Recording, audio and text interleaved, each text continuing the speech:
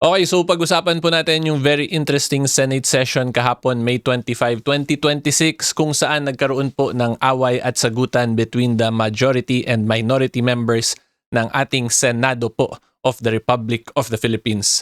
So yung away po nila ay nagsimula from the privilege speech ni Senator Amy kasi yung pinaka-context po ng speech niya ay yung current minority members of the Senate ay prior daw po sa change in leadership nung bago po ma-elect si SP Cayetano as the new Senate President ay may plano daw magpalit ng Constitution via the Constituent Assembly at meron na nga daw pong naganap na meetings with the House of Representatives. And after po, of course, itong speech ni Senator Amy, yung mga minority senators po na nabanggit or napangalanan dito sa privilege speech ay nag-react at sinasabi na totoo nga na may meeting naman pero hindi pa naman daw talaga set in stone yung mga ganong discussion. At that, kwentuhan lang daw yun.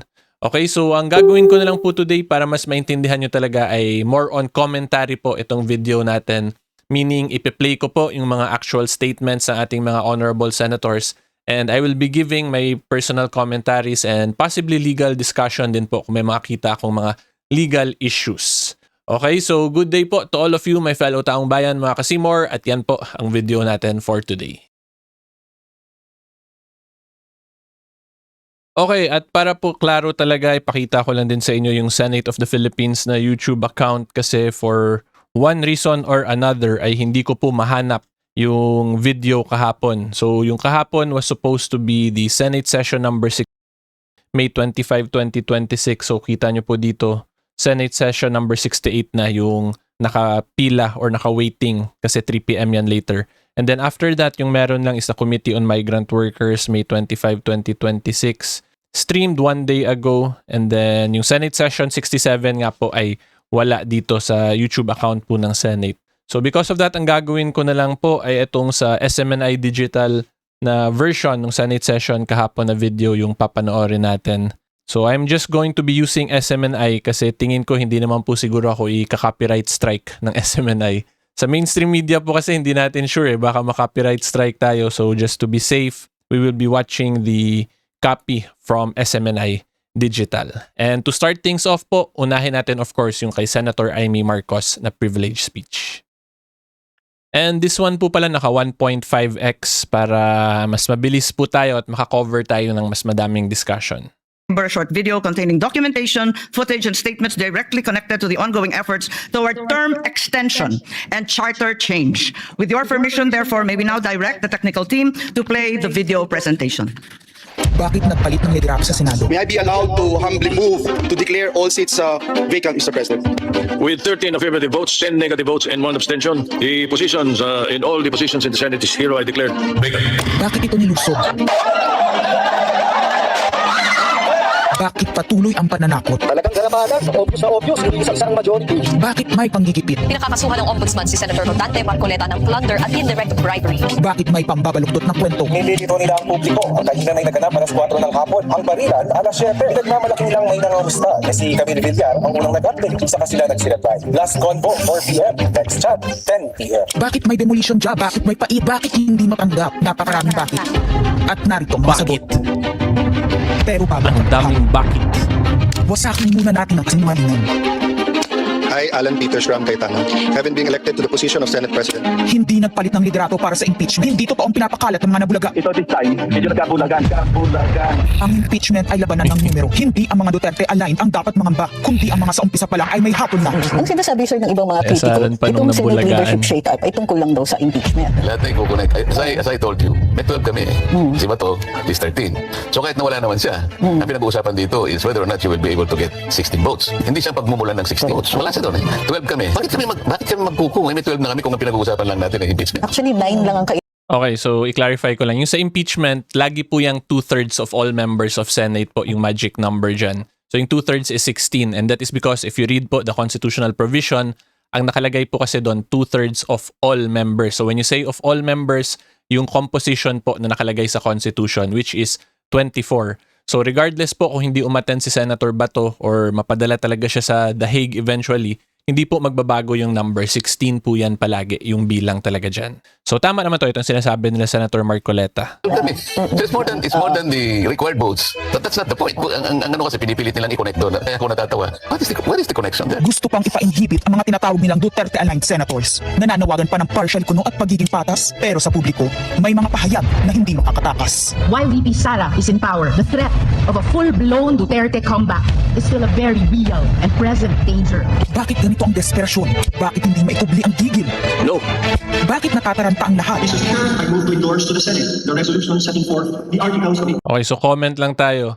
Alam naman po siguro nating lahat, 'di ba? Tayong mga reasonable observers, political observers po.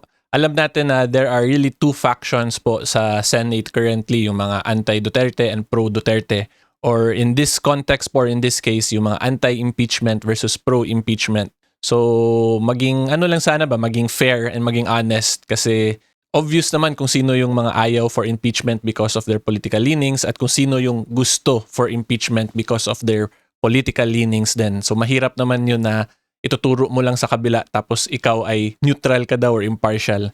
At the end of the day naman po, tayo naman yung magiging judge talaga niyan, yung mga taong bayan once the next election cycle arrives. Diba? So, yan yung mga kailangan natin i-consider talaga at i-balance. Tingnan natin sino ba yung mas honest, sino ba yung mas reasonable, sino yung hindi masyado plastic, sino yung mas may sincerity or the lesser evil. Kasi at the end of the day, politicians po yan so they really have their political agenda. Diba? So anyway po, tuloy tayo. Darito ang pagsisiwala.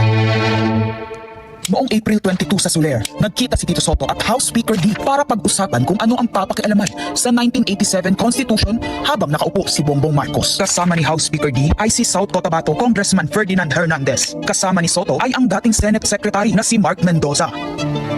Konas ang gusto nilang mode ng charter change. Muling sinusulong sa Kamara ang charter change o pag-amyenda sa konstitusyon sa pamamagitan ng Constitutional Convention. Is something big brewing inside the government. Claims of a possible no election scenario. Ang pag-aamyenda ng konstitusyon sa pamamagitan ng Constituent Assembly. At para makakuha ng suporta sa Senado at sa Kongreso, ito dapat ang mga nilalaman.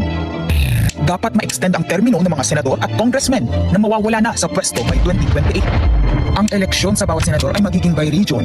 Nagdiskusyon sila kung 2 o 3 senador per region. Kinumpute nila kung mayroong 18 regions, nasa 36 o 54 ang magiging senador. Lumutang din ang usapang para hindi makaporma si Inday Sara sa 2028, gawing 50 years old ang edad ng pwedeng tumakbo. Pero nagpanukala rin si Soto na pwedeng gawing 35 years old para kay Vico Soto.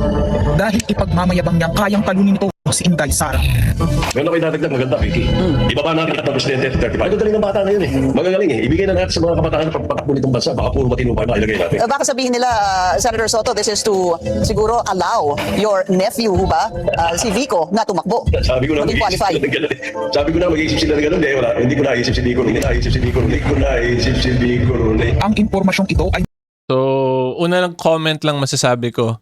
Pag gagawin kasing regional yung senators, it would defeat the national aspect ng pagiging senator. Kasi currently, pag district congressman ka kasi, yung main function mo talaga is to address the concerns of your district. So, in simple terms, na-address yung mga local problems po ng mga constituents on a per district, per province level. So, pag gagawing regional, magiging regional din yung ma-address na issues, pero tingin ko naman po yung regional at district halos same lang yung problem niyan compared sa district tapos national, yun very completely different po yung issues talaga na ina-address at kinakaharap ng mga ganung members po ng Congress natin. Kasi like dito po makita naman natin 'di ba na yung sa national level sa Senate po yung mga pinapag-usapan ay very different po from the local politics. So yun yung tingin kong magandang i-balance kung let's say magkaroon talaga ng push na ganito ay wag masyado i-consider yung regional aspect kasi parang madidefeat po yung pagiging national aspect nga ng senators natin na supposedly national issues yung ina-address. And then yung next pa po niyan, of course, kung regional senators, edi kung sino yung may control lang dun sa area, yun lang yung mga may elect din talaga. So again, it is somewhat similar nga to a district representative pa rin pero yung tawag lang ay regional senator. So iba pa rin pag yung national na talaga pinapag-usapan yung buong Pilipinas, lahat po ng Philippine voters yung mag-e-elect ng mga senators. Kasi with that, talagang national issues po yung ma-address at mapapag-usapan, hindi yung mga local at regional concerns lang. And isa pa, kung titingnan din po natin, mapapansin nyo rin naman po siguro kung tingnan ninyo yung local politics sa area ninyo, ibang-iba nga dun sa national level, di ba? May parang sariling concerns din talaga yung mga local constituency. And as to the age po dun, well, sinabi naman ni Senator Soto po dun, di ba, na hindi naman daw niya pinupush na pababain because of Vico Soto. So, yan yung statement ni Senator Soto dun. So, we'll just take it at that. So, anyway po, tuloy tayo.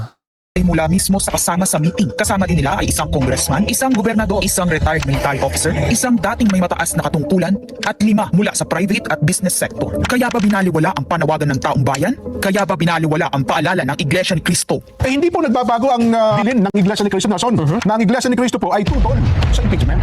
Kaya ba nagtatapang-tapangan ang mga umaastang bida sa ginagawa nilang tunay na drama? Kaya ba nila sinasabing hindi sila natatakot sa eleksyon ay dahil alam nilang walang eleksyon na magaganap? Hindi po kami natatakot sa susunod na eleksyon. At ang boto sa impeachment ay refleksyon ng boto sa pagsira sa 1987 Constitution. Pabor ang karamihan sa mga pagbabago sa saligang batas, lalo na sa usaping ekonomiya. Ngunit kung papakialaman ng iilan ang konstitusyon para maghari-harian at para sa pansariling kapakinabangan, makapwesto ng matagal o mailuklok ang kamag-anak, kumanta kayo sa galit ng bayan. Ang Galit ng pagpapalit ng bayan. liderato sa Senado ay hindi kakaiba. Ito ay nakabase sa prioridad at gusto ng mga senador. Bumabahana ng ebidensya laban kina Bongbong Marcos, Liza Marcos, Sandro Marcos at Marvin Romualdez. Kailangan ng may bayad sa Blue Ribbon Committee. Ipinangako na sa mga korap na magbabatas ang perang malilikom sa 2027, 2028 national budget. Dapat pigilan. 2028. Alam natin, that's the election budget. And it was assured to the congressman, this will also be the CONAS budget. Nagiging isa ng malaking sindikato ang pamahalaan. Sinusuportahan ito ng mga dating kalaban, mga tinulungang manalo noong nakaraang eleksyon, mga may galit sa nagdaang administrasyon. So, i-stop Lahat ko na sila siguro kasama muna ng to kasi pinakamalaking Cold War. naintindihan nyo naman na yung point dito ng privilege speech si Senator Amy, which is yung gusto niya i-put in public yung alleged attempt daw na mag-change ang constitution via a constituent assembly. At yung isa nga po sa main objectives daw ng pagpalit ng constitution na yon ay para ma-change yung term or magkaroon po ng term extension sa mga incumbent officials at i-adjust yung mga ilang governmental structure natin, specifically dun sa Congress, at yung may age din, may bagagalawin din sa age requirement sa pagtakbo ng president. Okay, so yan po yung pinaka-point ni Senator Amy. Ngayon po, pakinggan naman natin yung sa side ng minority. Okay, so unahin po muna natin yung kay Senator Zubiri. That the lady senator presented was obviously opinionated, a propaganda tool, right? It's should be stricken off the record, Madam President. And it's unparliamentary. We've seen videos presenting evidence on issues that are taken up on the floor. Senator Tulfo always comes out with videos showing people being mauled, people being abused for the information of this body to act on that particular issue. But to come up with an opinionated piece like that, ganong klaseng video na propaganda, na sowing intrigue. Kasi ako, Madam President, hindi naman ako sangayon sa people's charter change. I was the first one in this institution who fought that kind of move with the PI, and all of us together, kaming lahat, for the first time in the history of the Senate, 24 senators tumayo dyan at pinasapo natin yung Contra People's Initiative, na fake People's Initiative, na talagang kinall out natin yung lahat ng grupo ng tumutulak nun, from the Speaker and even Malacanang, kinalaban natin. Kaya wala kami kinalaman dyan. Bakit sinama kami dyan sa propaganda na yan? Okay, so comment muna tayo. Ang masabi ko lang doon, kung opinion yun ni Senator Amy, well, that's the very purpose ng, or one of the functions ng plenary, di ba? Para maglabas po sila ng mga opinion sila via privilege speech or a statement or manifestation. Kasi yung ganong statement is a political message po yun, di ba? At yung purpose nga po niya ay to make the public aware na may mga ganong moves for a change in the Constitution. So at the end of the day, hindi naman po yun yung conclusion na talaga kasi yun nga po, opinion yun. It can be called political propaganda, but again, that is one of the functions naman po talaga of politicians about to push for a political message. So currently, ang pinaka-political message ni Senator Amy doon ay to be mindful lang or mag-ingat or maging watchful po tayo na may mga ganong talks currently from certain government officials, kaya bantayan natin as the taong bayan. Yun lang naman yung point doon ni Senator Amy. At naintindihan ko rin naman po yung point dito ni Senator Zubiri, kaya po siya very galit in simple terms currently kasi of course part siya ng minority na, 'di ba? Yung sinabi ni Senator Amy doon, yung group ng minority yung nagpo-push. So therefore, since part siya ng group, edi sama-sama sila dun sa message ni Senator Amy. But again, at the end of the day, it is still subject to confrontation pa naman po yan, mga rebuttals ng other senators, which is ito nga po yung ginagawa ngayon ni Senator Zubiri. Minimake known naman niya yung position niya na hindi talaga siya kasama doon at talagang anti-change po siya ng constitution or amendment. Kasi at the end of the day po, kung let's say may iilang senators nga talaga sa minority na nakipag-meet for constitutional amendment purposes, hindi naman yan automatic na lahat ng members ng minority ay papabor or sasang-ayon doon.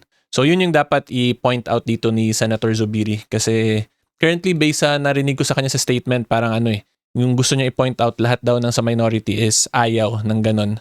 So anyway, yan lang po ang masabi ko. Again, this is a political statement from Senator Amy. So of course, meron din pong right yan to confront sila Senator Zubiri and the other affected senators na hindi totoo na ganon yung position nila. Okay, so anyway, tuloy po tayo kay Senator Zubiri. Kami, Duwag 11? Ano ba yan? Bulaga 11? At grade 13? That should not be shown here. Because what will stop us now, Madam President, for that lady senator, that we come up also with a propaganda video here, papalabas din namin, yung mga sala nila. Oh, kung ano-ano, hindi naman kami ganyan. No? To gain traction, to gain views and publicity, will destroy our fellow colleagues here. Walang ganyanan. Ako, hindi ako nagagalit. Kilala niyo ako. Ako pinaka-amiable dito. Mahal ko kayo lahat. Pero hindi tama yung pangyayaring iyon. Hindi ba? Kung galit po kayo, magsalita po siya dyan, magalit siya sa gobyerno niya, magalit siya sa kapatid niya, murahin niya kapatid niya. Pero wag naman niya idamay yung mga tao na walang kinalaman dyan. Katulad yan. Oh, wait, comment lang din tayo. So, sinabi ni Senator Zubiri, magalit sa gobyerno. We have to remember the Senate is part of the government. So, kung galit si Senator Amy sa minority, then that's her prerogative po niya yun na ilabas din yung galit niya, di ba? And again, it is subject naman po to confrontation nga ni Senator Zubiri. So dito nga ngayon, ginagawa ni Senator Zubiri ay kino-confront niya yung statements ni Senator Amy. And since like what I've repeatedly stated, these are political statements, depende na po talaga yung taong bayan dyan kung sino yung mas papaniwalaan nila na tingin nila ang mas beneficial for the country na political statement. Is it si Senator Amy or itong ginagawa currently ni Senator Zubiri? Never ako kinausap ni Senate President Soto. Never ako kinausap ng mga kasamahan ko dito about charter change. Kasi alam din nila, tutol ako. Tinanong ko din sila. Wala silang kausap. Wala silang kinalaman. Wala silang alam sa charter change. This whole group is just nodding, shaking their heads. There is no such thing. Inday-badiday na ba tayo dito sa Senado? Kaya nga sinasabi, we're a circus. I apologize to those who are watching. They think we're a circus. We are a circus because this type of language that we are pushing in this August chamber, it's unparliamentary, Madam President. It is unparliamentary. And I'll tell you now, these people here... Mag-comment lang ako, guys. So ito kasi yung reality talaga, yung big problem sa nakikita ko between our elected officials and yung mga tayo po, the ordinary members of the taong bayan na nasa ground level. So for them, they are very affected by certain words like this. For them, unparliamentary na nga daw po yun. Pero kung yan yung normal words, diba, ng mga tao na nasa talagang grassroots, nasa ground level, wala po tayong magagawa dyan because that's free speech, di ba? Hindi naman po porket may sabihin na ganyan automatic unparliamentary. You have to understand the full context. So dito kung i-disregard lang natin yung political colors talaga, ang main objective ni Senator Amy, kung tanggalin lang po natin ang lahat ng mga for Senator Zubiri yung unparliamentary words, ang main objective lang ni Senator Amy, maging mindful po tayo, maging observant at maging lang po talaga, bantayan natin na huwag tayo pumayag na magkaroon ng Constituent Assembly at magkaroon ng change in the Constitution kung yun yung i-push na purpose, yung mga term extension. Yun yung pinaka-point lang talaga dun ni Senator Amy. Siguro nadala na lang din po si Senator Amy sa emotions kaya may mga certain terms or words na ginamit para mas makarelate yun, most likely, diba, sa ordinary members ng taong bayan. So anyway po, yung point ko lang talaga dito, this is showing lang talaga na minsan iba talaga yung point of view sa mga bagay-bagay na ating mga elected officers from everyone else na nasa grassroots na they should be representing. Diba? So yun lang naman, mga minor words lang naman yun. At the end of the day, we always have to look at nga po the bigger picture, ano ba yung purpose ng statement regardless of all the fluff. Diba? So anyway po, tuloy ulit tayo. Ladies and gentlemen, in this body are not in favor of any amendments to the Constitution. We just want to bring back the integrity of this same chamber. Cannot we discuss that as a group, as a body, that we fight for our integrity, for the good name to be brought back, for people like Jokno, people like Tanyada, people like Aquino, people like Salonga, even Frank Drilon, people like Miriam Defensor Santiago, Joker Arroyo, who stood here for what was the best times of our institution. Have we forgotten that and we've made it already like a circus? Madam Chair, I do not agree. Because I'm not So, yan, comment lang din ako. Ayaw ni Senator Zubiri dun sa mga words ni Senator Amy na unparliamentary daw.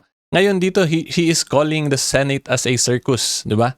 So that actually affects the current Senate leadership ni Senator Alan Peter Cayetano. So, yung point ko lang po dito, kung ano yung ayaw niya, yun din yung ginagawa niya ngayon. Binabalik niya kala SP Cayetano. Diba? So again, at the end of the day, yung mga ganyang words kasi hindi natin may iwasan yan kasi politicians and may emotions din po, tao tayong lahat. But at the end of the day, ang dapat po talaga tingnan ay kung ano ba yung bigger picture ng message regardless of all the political commentaries or yung mga fluff na mga ganun. Like dito, yung ginagamit ni Senator Zubiri is the term circus. So kung isipin nyo po, kung kayo yung Senate President, sabihan kayo, circus yung Senate during your time. That is also very offensive, di ba? Pero kung ako lang po, hindi na dapat yun gawing big deal considering naintindihan ko rin naman po kung saan nanggagaling si Senator Zubiri kasi he is confronting directly yung mga allegations si Senator Amy. Pero after confronting the direct issue, ay nagkakaroon na rin din po siya ng mga side remarks na kung ako tatanungin, can also be argued as unparliamentary.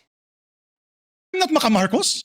I'm not, so when you come up with a propaganda tool like that, hitting all of us, it makes us look that we are, nasa panig po kami ng mali at nasa panig po kami ng Okay, so anyway po, I think nagets yun naman na yung pinaka-point ko dito kay Senator Mig Zubiri. Ngayon po, pakinggan naman natin yung kila Senator Soto at kay Senator Ping Lacson kasi sila po yung directly na involved daw dun sa meeting with the House of Representatives contingent para dun sa Constituent Assembly. Well, this is a way of seconding the motion of Senator Zubiri. First of all, the presentation or what we call the editorial video that we witnessed, yes. I would like to take exception of my being mentioned there. Parang lumalabas na parang lahat ng narinig nila or nakipag-meeting sa akin ang speaker o kung sino pa, parang pumayag ako. Sana tinanong nila yung source nila, pumayag ba ako? Yung mga binabanggit na idea, I did not even mention it to any member of the Senate. Tungkol doon sa mga ideas of, let's say, a regional Senate and all that. Ito mga idea ng mga tao to Di ba? Kung nakikinig ka, narinig mo yung idea, ikaw ba yung sumang-ayon na?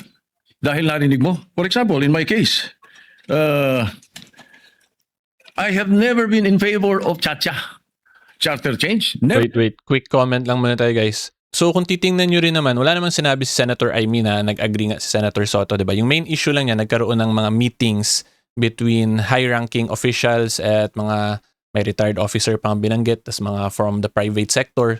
So kung ganun ka, yung meeting nyo, attended by mga high-profile individuals, then that is something significant, diba? Hindi naman yun parang kwentuhan lang ng mga magkakaibigan na nagkakape-kape. But again, agree naman ako kay Senator Soto dito na it does not mean nag-agree siya. Nevertheless, since it was discussed already, it was put out there between mga high-ranking government and private officials, hindi po natin alam kung saan pupunta yun later on, di ba? Baka magkaroon ng hard push for it at talagang magtuloy-tuloy na magkaroon ng Constituent Assembly to change the Constitution. So yan lang po, again, iba naman po yung agreeing from meeting kasi of course prior to one individual giving his or her consent to a discussion, talagang may prior discussion, negotiations, or meetings pa yan. So ang point ko lang po dito, may impact pa rin po or significant pa rin yung mere fact na may nangyaring meeting between high-ranking public and private individuals. Okay? From the day I became a senator up to the present, ang dami namin pinagdaanan dyan.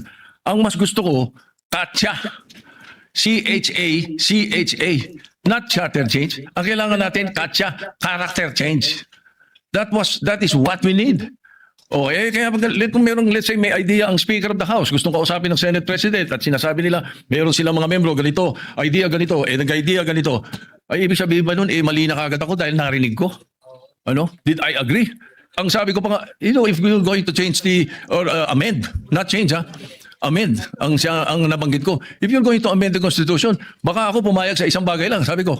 At yun may kumbaga sa ingest ko pa sinabi. Sabi ko, ibaba natin ang edad.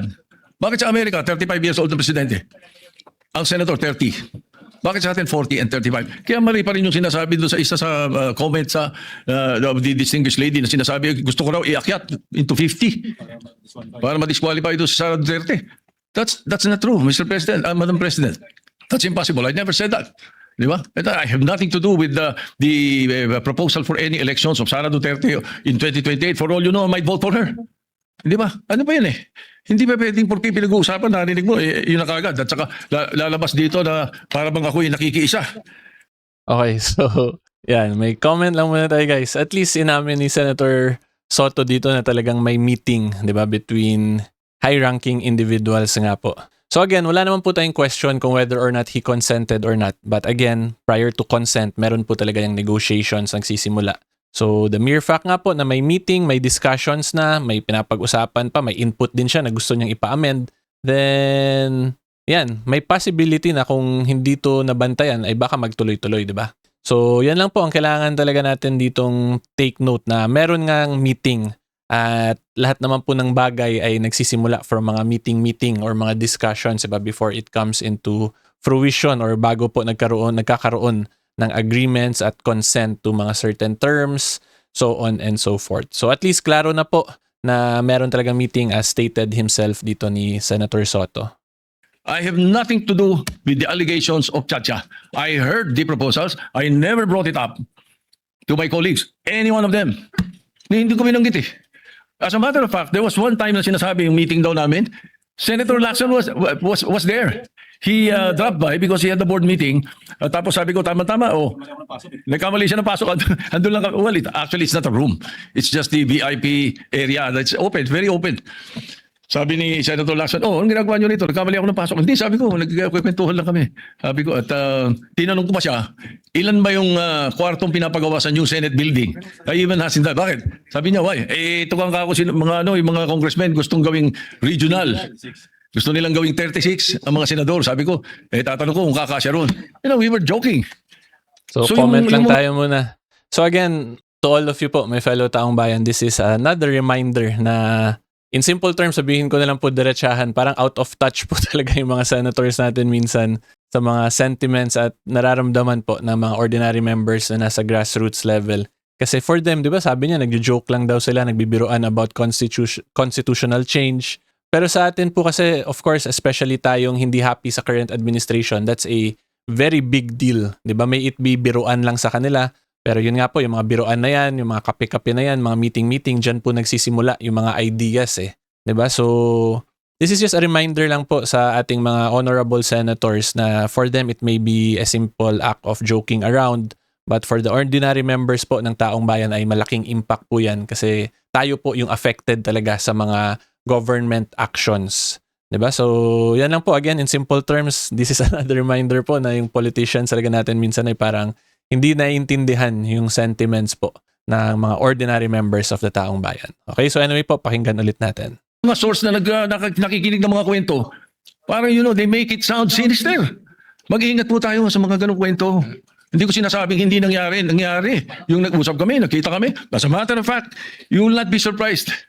You should not be surprised if I often see Bojidi. Because Bojidi is my golf mate. Mga golfing friends namin, every now and then, nakaka-dinner kami. And during that time, na pinag-uusapan nila yung na binabanggit na nag-meeting daw kami dahil sa Chacha. Parang ganun ang dating eh. That's not true. Ang talagang topic namin was the new TW777 of Honma Meres. It's a new set of clubs that Speaker Boji was telling me that he wanted to buy and asked me if I tried it already. Kami mga golfing buddies na grupo. Even Dom Mendoza was there because Dom Mendoza is NPC also. He's the Secretary General of NPC. Wait lang, comment lang muna tayo. So, golfing pala yung topic nila doon. Pero sinabi rin po ni Senator Soto kanina, di ba, na nag-suggest din siya about yung sa age ng presidential age requirement. Tapos nag-discuss din sila, although jokingly, about the number of offices ng mga senators. So, kahit na po sabi niya, golf yung pinapag-usapan, they still discussed provisions or matters in relation to a constitutional amendment. Diba yun yung klaro dito? So anyway po, tuloy ulit tayo. So pagka nakikita-kita kami almost, every 2 weeks, Every month we have an NPC meeting. We always miss you, Madam President, because you seldom attend. You know? So hindi dapat masama yung nag-uusap-usap ang mga politiko. Kung may mga idea mga politiko. That's why I really take offense. I take exception to what was presented. But I don't care about what the other things that were mentioned. But as far as the issue of my involvement in Chacha is concerned, I vehemently deny. Definitely, I have nothing to do with that. And Okay, so at least klaro naman na po, 'di ba, na si Senator Soto hindi rin siya pabor sa amendment ng Constitution. Okay, so I think alam naman na po or nagets naman na po natin yung pinaka main point talaga ni Senator Soto. Ngayon po pakinggan naman natin yung kay Senator Ping Lacson.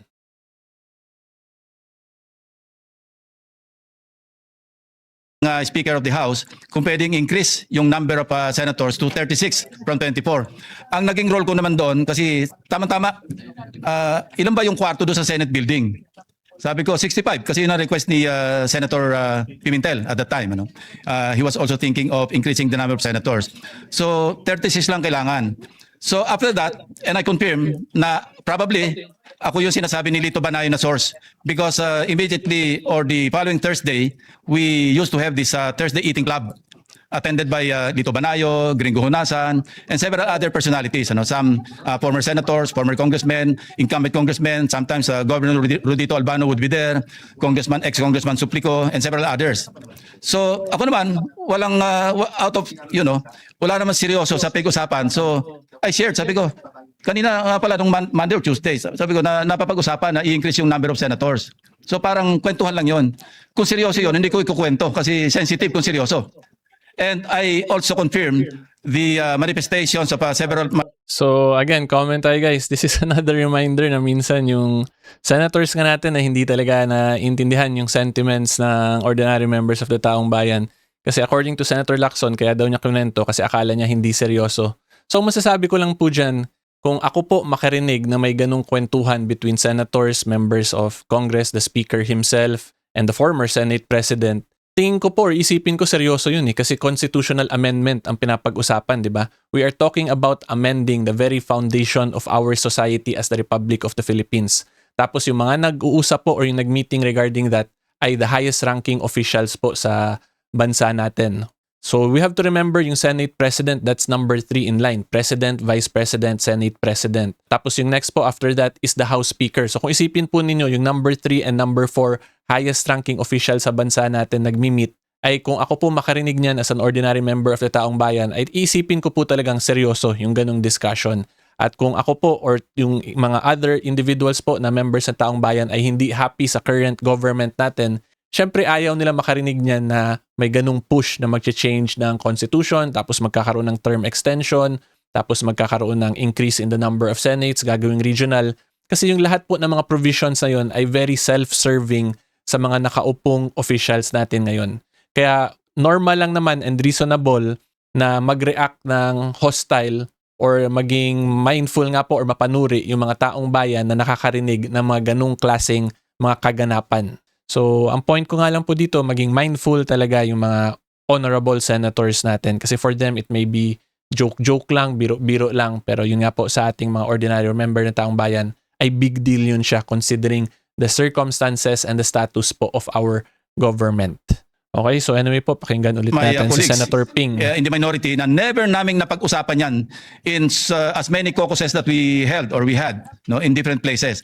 Ang pinag-uusapan po lang namin, Madam President, kung paano natin isasalba yung integridad, yung dignidad, yung reputasyon ng Senado. Wala po kami ibang pinag-uusapan na kaya kami magpaplano. So kaya lang ako natatawa guys kasi yung mga ganyang hirit na isalba yung integridad, so on and so forth ng Senate, that's another political statement trying to divert from the issue na whether or not meron nga bang meeting between high-ranking public officials discussing constitutional amendment. Yun po yung main issue dito.